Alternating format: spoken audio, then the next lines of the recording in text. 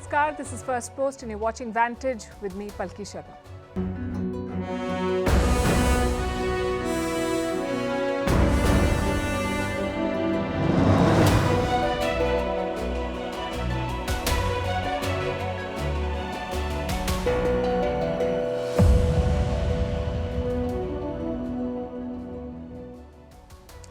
Is China targeting Indian elections? Microsoft has issued a warning. It talks about how China is using technology to disrupt democracy, and the target list is not limited to India.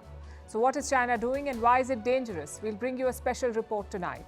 Meanwhile, Google is in the news for exploring a new business model. Will you be charged for using their search engine? We'll tell you. The opposition Congress party in India has released its election manifesto. What promises are they making to voters? We have a list. In the Philippines, President Marcos Jr. is struggling with falling ratings and China could be the answer to his woes. We'll explain. In Malaysia, growing row over what's being called Allah socks. Critics say Islam has been insulted. In Pakistan, the generals are getting a taste of their own medicine. The Taliban is telling them to talk to terrorists. In Argentina, the president has fired some 15,000 government workers and he's not done yet. Bird flu is spreading across continents. Experts fear it could be the next pandemic. Iran has vowed to quote-unquote slap Israel. What does that mean? And why the world needs more women in tech. All this and more coming up. The headlines first. Israel fires the two military officers who ordered the strike which killed foreign aid workers in Gaza. Israel claims it was targeting Hamas gunmen. When its military made a quote-unquote grave mistake, the incident has sparked an international outcry. US Treasury Secretary Janet Yellen warns China, says Beijing's industrial subsidies pose a big risk to the global economy. Yellen cautions China that it is too large to export its way to rapid growth. Yellen is the first top US official to visit China since President Biden met President Xi last November. India's foreign exchange reserves hit an all-time high, jumping to over $645 billion after rising for the sixth straight week. Gold reserves have also increased to more than $52 billion. Zimbabwe launches a new gold-backed currency. The ZiG, short for Zimbabwe Gold, will replace the Zimbabwean dollar, which had lost almost 100% of its value. The move aims to tackle sky-high inflation and stabilize the economy. Kosovo's main Serb party boycotts its first census in over a decade. In February, Kosovo banned the Serbian currency, leading to tensions between Pristina and the country's ethnic Serbs. Serbia does not recognize Kosovo's independence. And Apple joins the tech bloodbath, firing more than 600 people. It comes after the company shut down its car and smartwatch display projects. This is Apple's first big wave of post-pandemic job cuts.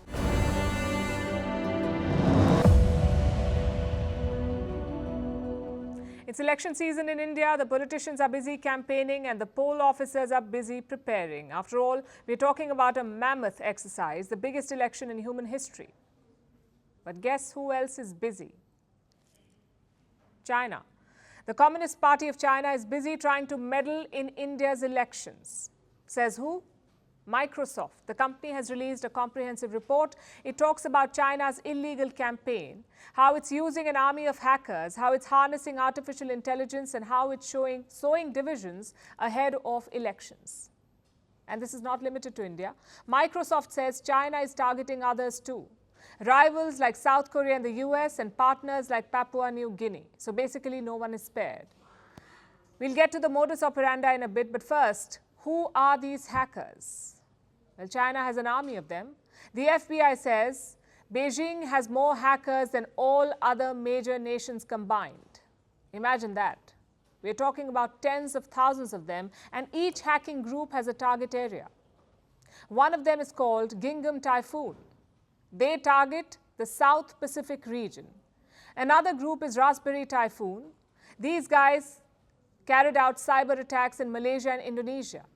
Then you have Nylon Typhoon. Target South American nations like Brazil, Costa Rica, and Peru. So it is pretty expansive. Now we come to the modus operandi. How are these Chinese hackers meddling in elections? You can divide it into three strategies. First, by using artificial intelligence. It could mean AI news anchors, or AI voice notes, or AI deepfakes. Most of these clones are being made using ByteDance, the same company that made TikTok. ByteDance has a tool called CapCut. It's a video and graphic platform powered by AI. You can use it to make AI anchors, and these AI anchors will say anything you want. Just type in some fake news, then let technology do its magic. Look at one such China-backed AI anchor spreading fake news about India. The US and India are ambitious and use the conflict in northern Myanmar to secretly sell weapons for profit since the Myanmar military coup. The United States, the United Kingdom, Canada and other Western countries have imposed sanctions to curb the development of the Myanmar military government, which makes people surprised that India, a chess piece of the United States Asia-Pacific strategy, has long provided weapons to the Myanmar military. Convincing? Maybe not. The quality is not really up to the mark, but the content is dangerous. India's northeastern states border Myanmar, so voters there are quite worried about the civil war. You have refugees fleeing to India. You also have ethnic fighters sneaking through. Imagine them seeing this video. It doesn't have to influence thousands of voters. Even one is unacceptable, we say. Which brings us to the second strategy that China has adopted: making political memes and pictures. Again, AI plays a key role here. Look at these memes spread by Chinese cyber agents. All of them criticize the Fukushima water release. One of them has a picture of Godzilla on it. And look at the caption. It says, "Japan is unleashing Godzilla, the embodiment of its nuclear trauma, into the world." Needless to say, that is not true. United Nations bodies have said that Japan's plan is fine, and yes, there is an election angle here. South Koreans will be voting for a new parliament this year, and Fukushima is a key issue for them. It brings into question Seoul's handling of Japan, which is usually an important election issue there. Let me show you one more example. This one is about the wildfires in Hawaii. Chinese hackers claimed it wasn't a wildfire. They said it was a US Met weapon test. Again, it's a false claim. These hackers used AI photos to push their fake news. Finally, they have the third strategy: posing as voters. And this is probably the most dangerous one because A, it's hard to detect, and B, it's technically not even illegal. Let me show you some examples again. The first one is about the F-35 fighter jet crash last year. Look at what this social media account said, and I'm quoting, "Only under the Biden administration could the US military lose an $80 million F-35 jet. What do you think about this?" Now look at the second one. Senators release a $118 billion package for Ukraine and Israel. It's a $75 billion handout to Ukraine and Israel. Only $20 billion for our own border. What is your reaction? Now, do you see the problem here? Neither claim is fake news. An F-35 jet did crash last year, and US senators did release the aid package. So this is what Chinese hackers are doing, picking polarizing political issues in the US, like the military budget or the border funding. They pose as US voters on social media, and then they ask such open-ended questions. The idea is quite clear: divide the country by tapping into polarizing topics. And it's a very dangerous strategy. The question is, what will be the impact of it? Well, Indian political campaigns have a large digital footprint. Around 700 million Indians use smartphones. More than 820 million Indians are active internet users. 820 million. Indian political parties also use a lot of social media. So theoretically, Chinese meddling could reach all of them. Which raises the bigger question: how do we protect our voters? With more awareness and guidelines, the Election Commission will have to take the lead here. First, educate voters on deep fakes, teach them how to identify fake news, and then partner with big tech firms. For example, Google has stopped its AI bot from talking about elections. It's a good step, but it's not enough. A lot more needs to be done. And finally, the traditional media will have to step up. I'm talking about TV channels and newspapers. The best way to fight disinformation is to provide the right information. So this is a battle that everyone must fight. Because this time, China is infiltrating India through the internet. It isn't targeting land or resources. China is targeting India's greatest asset: its democracy. Our second story is about Google. If the internet is a treasure chest of information, Google search is perhaps the key to unlock it. It is hard to imagine the internet without Google search. For countless people, the internet means Google. They cannot navigate the internet without it. And a big reason for that is this: Google search is free. But is that about to change? Will Google start charging you every time you look something up?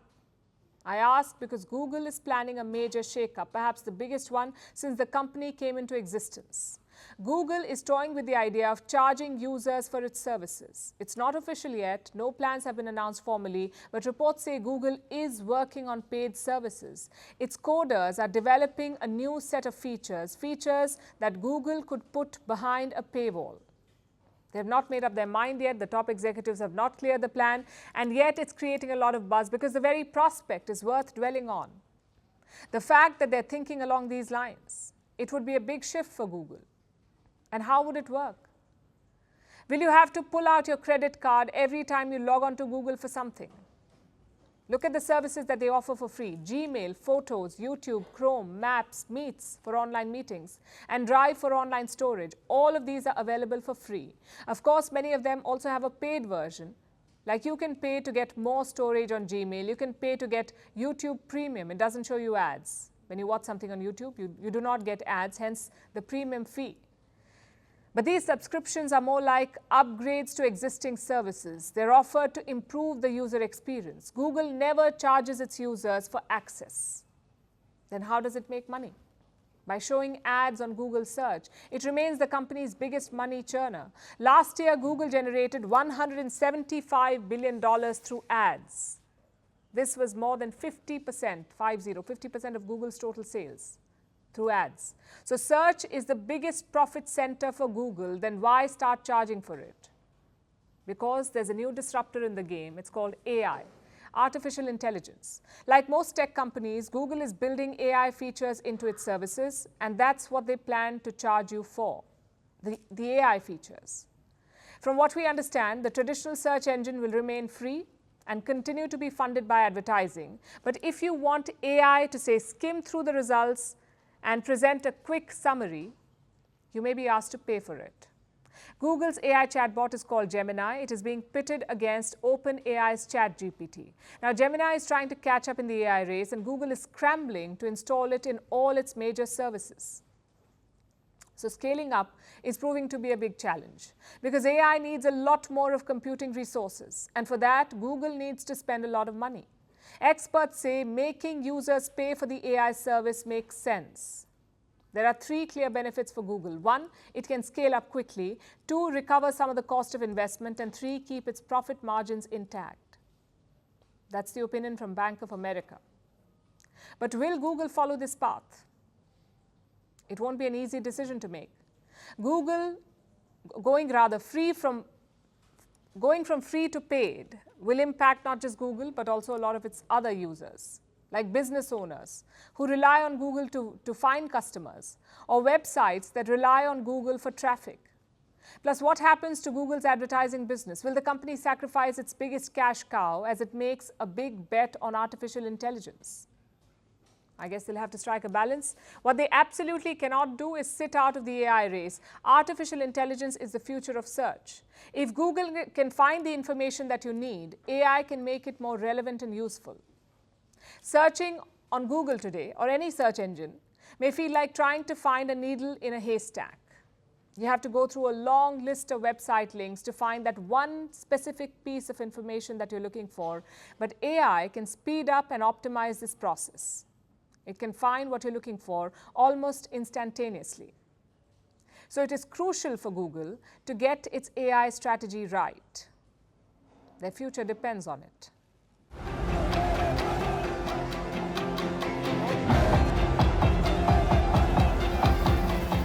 ये manifesto Congress party ने नहीं बनाया, ये manifesto Hindustan की जनता ने बनाया है।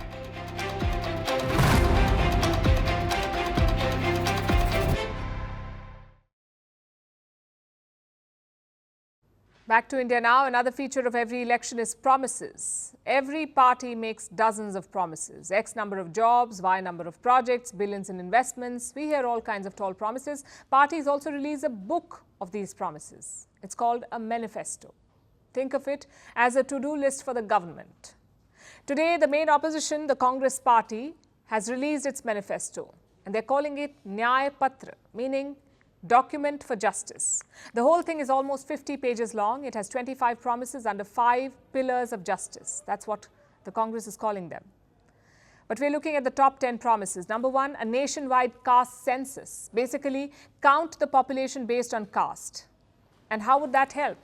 A lot of social schemes and benefits are linked to caste, but India's caste data is pretty old, almost 90 years old. So the Congress says we will conduct a new census and then social benefits will be distributed based on the new numbers. Promise number 2, raising the quota limits. Right now, reservation based on caste cannot exceed 50%. Suppose a government course has 100 seats, then caste-based quota cannot be more than 50. That's the rule. But the Congress is promising to raise that. How? Using a constitutional amendment. Promise number 3, the right to apprenticeship, the Right to Apprenticeship Act. Suppose you're under 25 years of age, you also hold a diploma or a graduate degree, then you will be legally entitled to a 1-year apprenticeship. Both private and public firms will be roped in. The salary will be 1 lakh rupees per year, which is around $1,200. Promise number 4, legally guaranteeing the minimum support price, the MSP. It's not a new concept. It's been around for decades. Every year, the government announces a floor price for 23 crops. This is the price at which the state buys from farmers. But in effect, they buy only 2 crops, wheat and rice. So some farmers say, legalize the MSP, make this annual practice a legal guarantee. Not just for wheat and rice, but for all 23 crops. Now we come to promise number 5, raising the national minimum wage. Currently, it's around 176 rupees. The Congress is promising to raise it to 400 rupees a day. Promise number 6, universal health care. We're talking about examination, diagnostics, treatment and surgery, all of this free at public hospitals. Promise number 7, filling up government job vacancies. Some 3 million sanctioned positions are lying vacant. The Congress says we will fill them up. Promise number 8, and now we come to the strategic stuff. Restoring statehood for Jammu and Kashmir. As you know, J&K used to be a state of the Indian Union, but it was turned into a union territory in 2019. The Congress says it will immediately restore statehood. The ruling BJP has also promised it, but they've not given a timeline. Promise number 9, cancelling the Agnipath scheme. It was introduced by the current government in 2022. It's basically a recruitment program for the military. Here's how it works. Some 50,000 soldiers will be recruited every year. Only 25% of them will be commissioned. The rest will leave after 4 years of service. Now, the idea was to create a leaner fighting machine to reduce the pension bill. But many young Indians protested. So the Congress says this scheme will be cancelled if they come to power. And finally, promise number 10, foreign policy. A couple of things stand out here. First is on China. Listen to what it says. We will work to restore the status quo ante on our borders with China and to ensure that areas where both armies patrolled in the past are again accessible by soldiers. They don't say how. So the Congress is saying India has ceded land to China and it is promising to reverse that. Another key point is about the neighborhood. The Congress says it will re-establish the primacy of India's relations with Nepal and Bhutan. It is also promising to repair relations with the Maldives. These are the top 10 Congress promises. There are some other interesting ones too, like legalizing same-sex unions and removing the state government in Manipur. So all in all, pretty comprehensive. Of course, manifestos are not legally binding. They simply indicate policy direction. More importantly, you have to win the election to do any of it. The BJP has criticized these promises. They say it's far removed from reality. We'll see the BJP's manifesto in the coming days most likely, and that will make for an interesting comparison.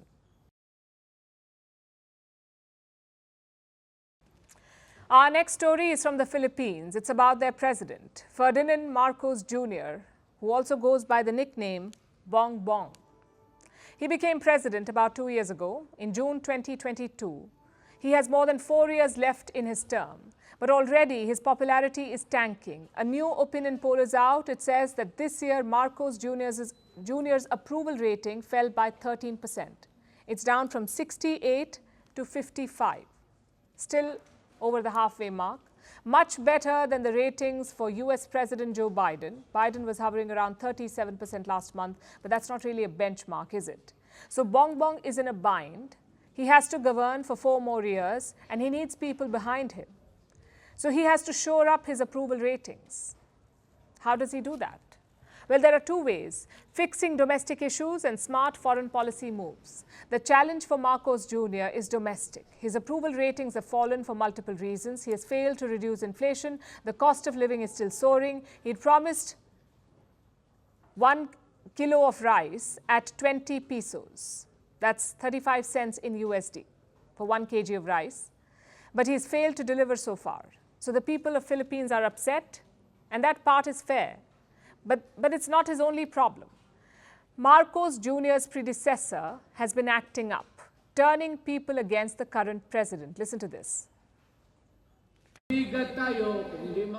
When I was the mayor, the Drug Enforcement Office showed me a list. Your name was there. But I don't want to expose you because you are a friend. We know each other. But you started. You entered into a conflict.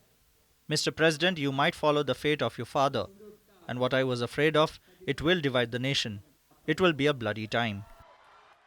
For those of you who may have forgotten, that is Rodrigo Duterte, the former president of the Philippines, the predecessor of Marcos Jr. and a friend turned foe. Duterte and Marcos Jr. were allies during the last election. Duterte's daughter, Sarah, is the current vice president. Yet, that was him calling Bong Bong a drug addict. And I should clarify, that's not why he got his nickname Bong Bong. But Duterte was doing his best to undermine the president, and it has worked. The biggest hit to Marcos Jr.'s approval was in Mindanao.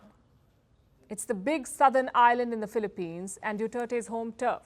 Marcos Jr.'s approval rating fell by 22% in Mindanao, so he needs to do something fast or risk getting undermined by a supposed ally. And that is where foreign policy comes in. Next week, the president is going to Washington for a trilateral summit. It will be the US, the Philippines, and Japan. And what do you think they will talk about? China, of course. China is a pain for all these 3 countries, and no one is bearing the brunt like the Philippines. Every other week, you see videos like this. The Chinese Coast Guard attacking Philippine vessels. Beijing is trying to bully them, forcing them to retreat from disputed islands in the South China Sea, and then lecturing them to boot. The Rene Reef is part of China's Nansha Islands and is Chinese territory. The nature of the Rene Reef issue is that the Philippines attempts to invade and occupy China's territory. The current tense maritime situation is caused by the Philippines' constant provocations, and the responsibility lies entirely with the Philippines. He's talking about the disputed second Thomas Shoal in the contested Spratly Islands. But you know China and its enthusiasm for renaming things. The islands are claimed by both countries. But instead of dialogue, China resorts to strong-arm tactics. This is a hot-button issue for the people of the Philippines. They're tired of Beijing's bullying, so a president who stands up to China may get public approval. Marcos Jr. is trying to be that president. He hosted the U.S. Secretary of State Antony Blinken just a few weeks ago. He's visiting Washington next week. The message is clear. Marcos Jr. hopes the U.S. can help him thwart China. Beijing's bullying will be stopped by a bigger bully. And Marcos Jr. hopes this strategy will help him domestically as well. Reports say he's planning to upgrade a military base in Mindanao, the southern island, and make it fit for joint operations with the US. That may help him one-up Duterte on his home turf as well, hitting 2 birds with 1 stone, securing domestic support and the South China Sea. Or perhaps we should say, the West Philippine Sea. Our next story comes from Malaysia, where a major controversy has erupted. It features what's being called Allah socks, socks with the word Allah on them. They were being sold in Malaysia by a convenience store chain called KK Supermart. Needless to say, this has sparked outrage. Some people believe the socks have insulted Islam, and they've responded with violence. 3 outlets of KK Supermart have been attacked with petrol bombs. The owner of the store has apologized, but the tensions continue to rise. So much so that now Malaysia's Prime Minister has been dragged into the row. That's Anwar Ibrahim, now under pressure to restore order. Here's a report. These stores in Malaysia were attacked by an angry mob wielding petrol bombs. And it all happened because of a pair of socks. The controversy has now escalated. It's now threatening to consume the government of Prime Minister Anwar Ibrahim. It all started with a few social media posts. They featured a photograph, bundles of socks bearing the word Allah on them. Allegedly, these socks were up for sale at 3 outlets of the KK Supermart. The photographs fanned public anger. Politicians called for a boycott of the stores. Among them was Akmal Saleh. He heads the youth wing of the UMNO, a political party that's part of the ruling coalition. Saleh's critics say that his statements fanned public anger and sparked the violent attacks on the stores. He's now being investigated for sedition, but the situation is far from contained. This week, Chaiki Khan, the founder of the KK Supermart, met with the Malaysian king. He offered an apology. However, it failed to sway the king. Reports say the king told Chaiki Khan that his business should have been more careful. How did the socks end up in his stores? Chai is blaming a Chinese supplier. His company received thousands of pairs. Chai claims when they found these socks, they pulled them from the shelves. Despite those efforts, 14 pairs still remained on sale at 3 outlets. Along with the public outrage, Chai faces a legal battle now. He has been accused of hurting religious feelings. In response, Chai has sued his Chinese supplier. Prime Minister Ibrahim has tried to defuse the situation. He issued a statement on Facebook. He asked all parties involved to take responsibility, but also warned them from taking advantage of the situation. But Ibrahim's appeal failed to move the needle. The Prime Minister's position is precarious. He relies on leaders like Akmal Saleh for support from the majority Malay Muslims. But his coalition is also backed by politicians who represent the ethnic Chinese. They are a minority community in Malaysia and they want the Prime Minister to restore peace. This puts Anwar Ibrahim on a collision course, with leaders like Akmal Saleh who has refused to back down or withdraw his call for a boycott of the KK Supermart. The situation is fragile. The police say they have stepped up patrols around all outlets of the KK Supermart. But they are yet to arrest any of the perpetrators who hurled the petrol bombs. The crisis presents a real challenge for Anwar Ibrahim and his government.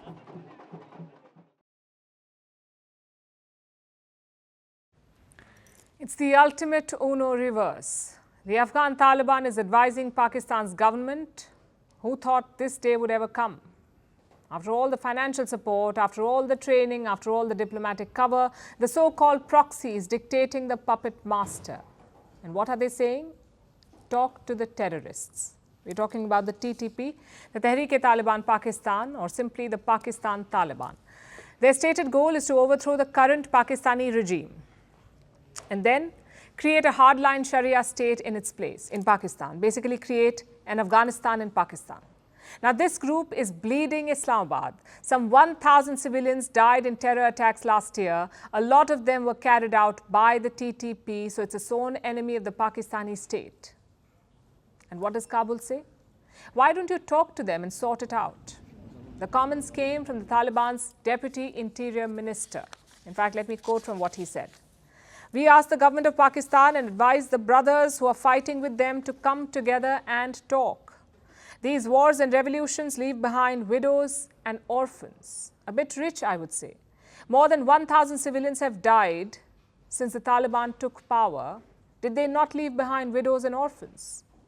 But that's a story for another day. For now, let's focus on Pakistan. This statement is a very important one. You see, both Talibans share close ethnic ties. They're mostly made up of Pashtun fighters. Some of them have familial links. So Pakistan thought Kabul will help to crack down on the TTP, maybe knock some sense into them. But the Afghan Taliban is doing the opposite. They say, it's not our fight. So talk to each other and sort it out. It's the first public statement of the Taliban's position. Until now, there was confusion around it. But now it's pretty clear the Afghan Taliban will not help contain the TTP. Which brings us to Islamabad. Will they take the Taliban's advice? The Foreign Ministry says no.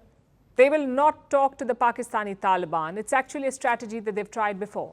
In 2021, former Prime Minister Imran Khan initiated talks. At first, there was no success, but the next year, a ceasefire deal was signed. It lasted for a couple of months. Then, in November 2022, the TTP called it off. They began launching attacks again, and since then, it's been relentless. There has been a 93% rise in attacks since the deal was called off. Many experts say it was in fact a trap. The TTP used the ceasefire deal to regroup and plan, and once they regained their power, they resumed attacks. So simply put, they played Pakistan. Does any of this sound familiar to you? Terrorists supported by a neighbor, that neighbor downplaying the threat, and ceasefire deals being violated. It's what Pakistan has done to other countries, especially India. Now they're getting a taste of their own medicine, but what can Pakistan do to solve this problem? They've already ruled out talks. So is the army going to launch a full-scale operation, a crackdown to flush out the TTP? Not without foreign support. We've seen Pakistan trying to rally global opinion. First, they complained about the TTP at the United Nations Security Council. Then they talked to the Americans, and now they're reaching out to Saudi Arabia. Prime Minister Shehbaz Sharif is visiting the kingdom this weekend. It will be his first foreign trip after taking office. But will any of it actually work? At this point, Islamabad may not have an option. If they sign a peace deal with the TTP, they will have to make concessions. We're talking about embarrassing concessions, like releasing TTP terrorists from jail and granting more autonomy in border areas. These are places where the TTP fighters are based. So Pakistan has a tough choice to make. Do they risk a bloody and grinding military operation, or do they hope for a diplomatic settlement? Whatever they choose, let's hope Islamabad learns the most important lesson. Terror is terror. There is no such thing as good terrorists. Our next story is about bird flu. From Antarctica to America, it's spreading everywhere. In the South Pole, thousands of penguins are dead. In America, thousands of cattle are infected. And not just that, even humans are affected now. A man in Texas has been infected with the virus. It was after he came in touch with sick cows.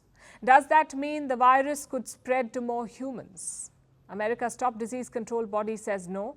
That's the CDC. It believes the rate of transmission to humans is still low, but scientists are urging caution. Could bird flu become the next pandemic? Our next report tells you.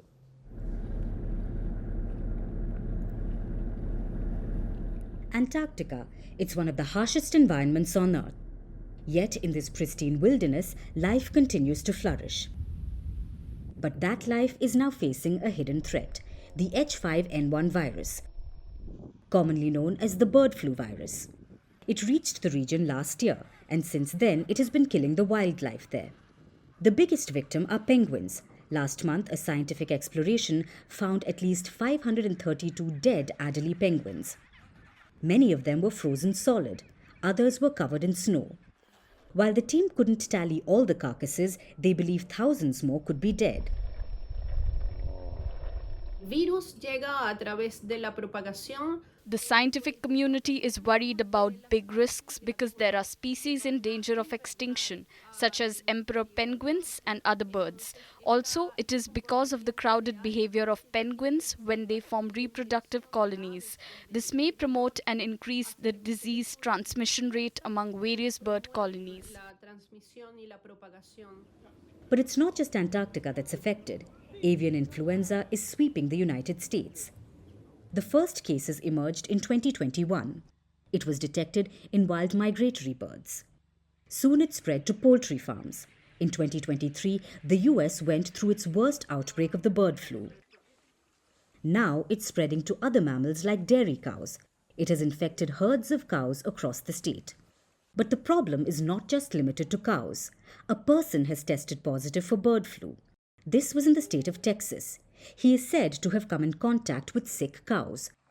Which brings us to the question, should you be worried? First, let's take a look at the H5N1 virus. It was first reported in China in 1996. It's a type of influenza virus, one that causes severe respiratory diseases in birds. But the virus is occasionally known to spread to humans as well. Symptoms include mild illnesses, eye redness, to severe pneumonia. Human infections with H5N1 were first reported in 1997. This was during a poultry outbreak in Hong Kong. So does that make it a risk to humans? 873 humans have been infected with H5N1 avian flu in 20 years. 458 have died. That's a fatality rate of more than 50%. India reported its first case and death due to H5N1 in 2021. So, can it cause the next pandemic? For now, avian influenza is not on the WHO's priority list. It's not part of pathogens with pandemic potential. The CDC, or Centers for Disease Control and Prevention, too, say the risk remains low.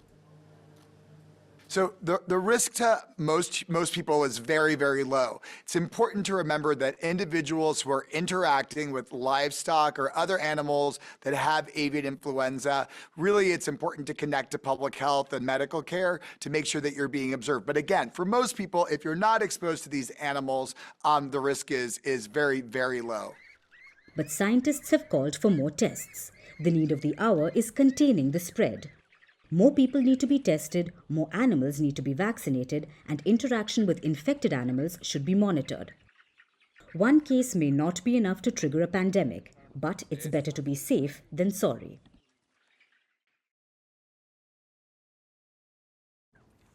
For our next story, let's talk about government jobs. Here in India, a government job is sacred. Millions study for it, thousands crack it. It's an assured path to a better life, or so people think, a safe and secure future. But in Argentina, government jobs are under attack. It's part of Mileinomics, President Javier Milei's economic plan for Argentina. Milei took office in December 2023. At that time, the state employed around 341,000 people. 341,000 government employees. Milei did not like that. He vowed to cut down the numbers. And since then, he's been walking the talk.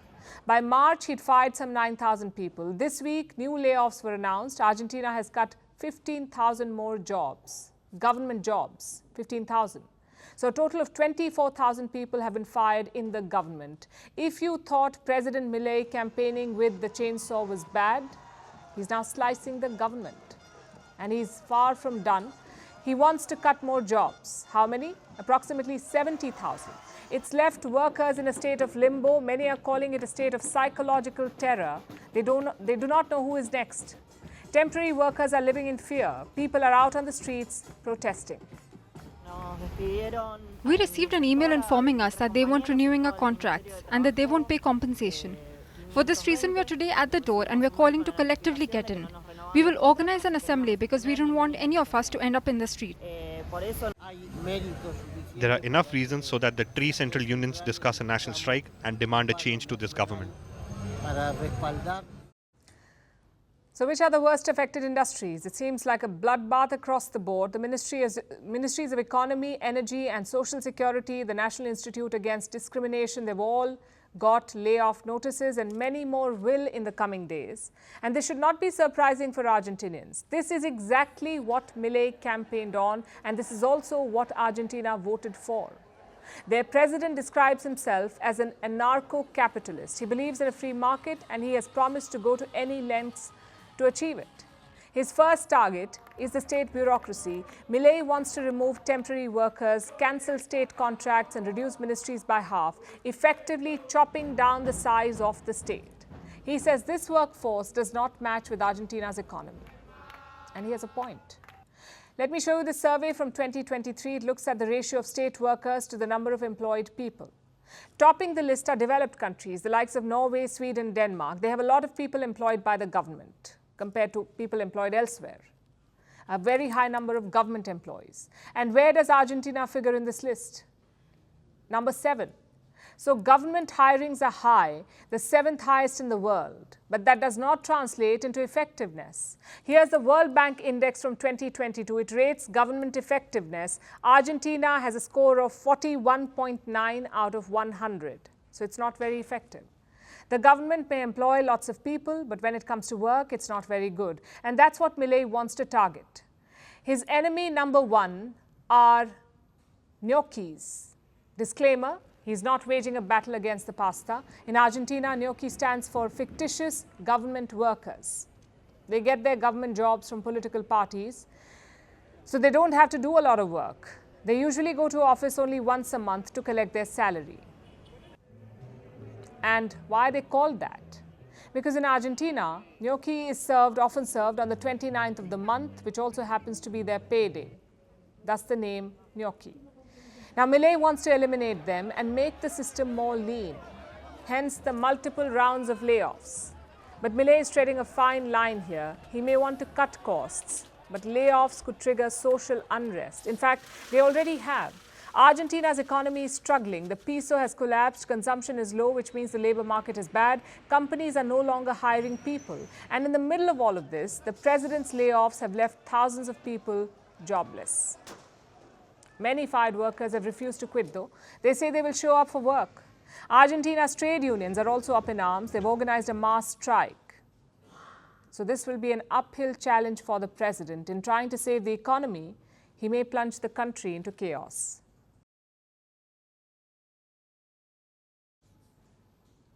And now let's talk about Israel. The country has come under fire from all sides, friends and foes.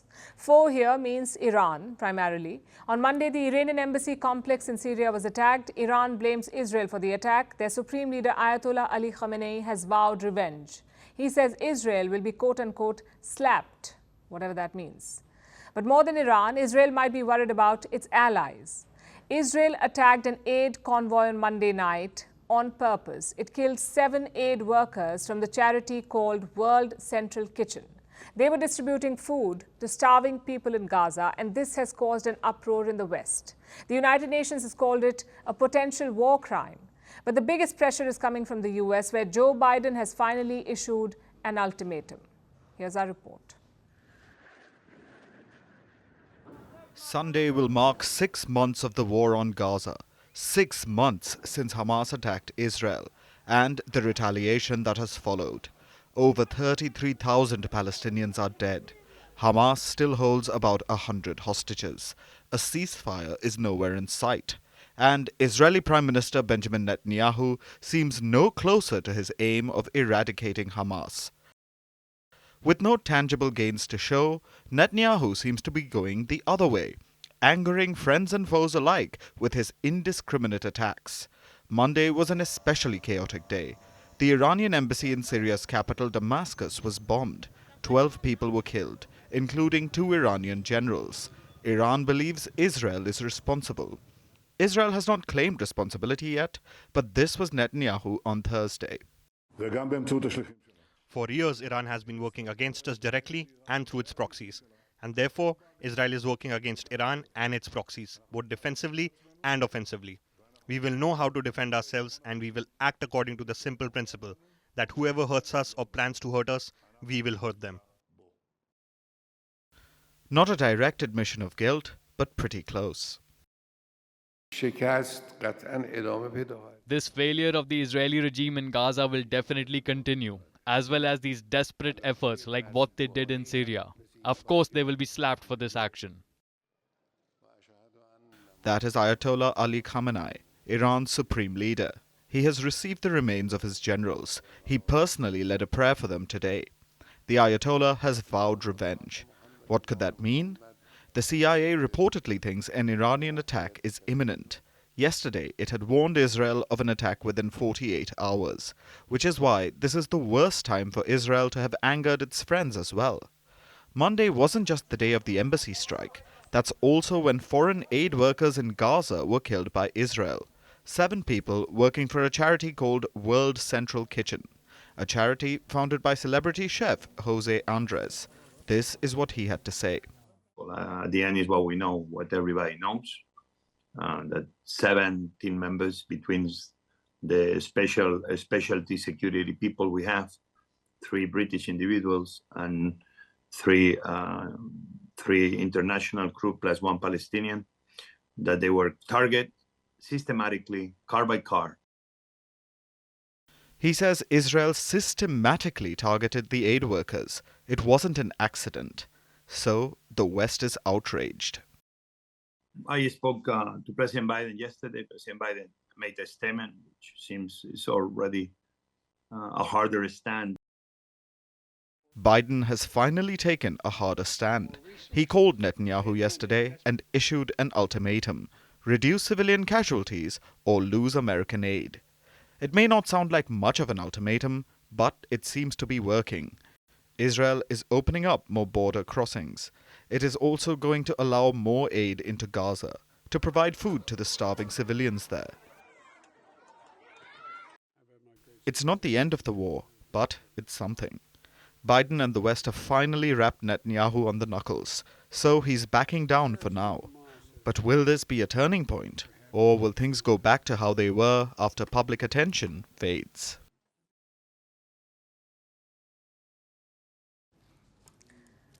Industry 4.0. That's what many are calling the fourth industrial revolution. And we're already living through it. The manufacturing sector is being digitized, driven by disruptive trends. Technology is moving at lightning speed, and with that, the job market is being left to play catch-up. The way we work is evolving rapidly. Jobs are changing, some degrees are losing their value, and others are soaring in demand. For instance, those in the field of STEM, that's science, technology, engineering, and math, STEM, STEM. Over the last decade, opportunities in the STEM field have grown dramatically. STEM is being called the future of work. Moving forward, future jobs will require twice as much science, maths, and critical thinking than they do today, and 90% of jobs in tech will require STEM skills. We know this. But are we keeping up? It depends on who you ask. Women comprise nearly half the global workforce, yet they hold only 28% of STEM-related positions. Globally, only 20% of engineering graduates are women. It is even worse for women of color. They comprise less than 2% of this group. These statistics are terrible. Now, some countries are trying to make a difference here, like Singapore. It is encouraging more women to study STEM. Singapore wants its women to pursue more jobs in the field. And why is that? To reduce the gender pay gap. Today, it stands at about 14% in the country, the pay gap. With more women in tech, the pay gap is bound to reduce. But Singapore is hardly the only one making this push. Japan is another example. It is trying to turn women into the next engines for economic growth. It is eliminating barriers for women in STEM. According to research, this could accelerate productivity by 20%. Meanwhile, 26 European Union nations have signed a declaration to ensure that women play a prominent role in technology. And it has helped. Now, most EU countries, including Germany, France, and Denmark, are seeing an increase of women's participation. Poland has the highest percentage of female STEM graduates in the world, followed by the UK. In the past few years, India, Australia, and the US have also introduced similar programs, and this makes sense. We are living in extraordinary times. Technology is at the forefront of everything that we do. If women lag behind, so will a nation's talent pool. The goal is to increase the number of women studying information technology so more women join the workforce, and hopefully more women are able to climb to the top. Because right now the situation is dire. Globally, women in tech comprise about 24% of leadership roles, less than 1/4. Let alone the real world, even in the metaverse, women are locked out. Metaverse is a virtual world. This technology is still in its early stages. It is said to be the big thing of tomorrow. In the organizations shaping the standards for metaverse, basically big tech companies like Meta, Apple, and Microsoft, 90% leadership roles are held by men. So the future looks even more bleak. Hopefully, the world steps up before this prediction becomes a reality. And now it's time for Vantage Shots, images that tell the story. In the UK, Rishi Sunak's setbacks have spilled from the electoral field to the cricket field. He was bowled out by a child during a photo op. In Turkey, a train made out of plastic barrels gives disabled dogs their daily walks. And it's not just the Gaza war that's shaking up the UN Security Council. An earthquake shook the body this morning during a briefing. Finally, we are taking you back in history. On this day in 1879, Chile declared war on Peru and Bolivia. It was known as the War of the Pacific. The war was about control of mineral deposits in the Atacama Desert. Chile ended up winning the war. We are leaving you on that note. Thanks for watching. Have a great weekend.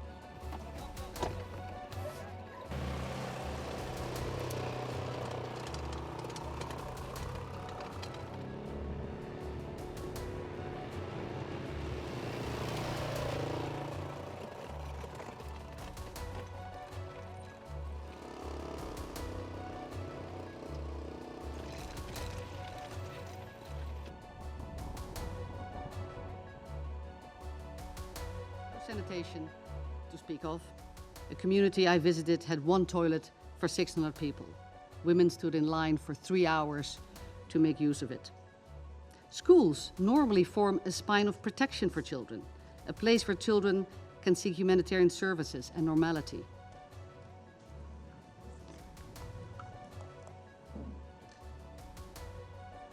Go ahead. Education is... Is that enough? Yeah. Well, education is... You're making the ground shake. Education is in many ways...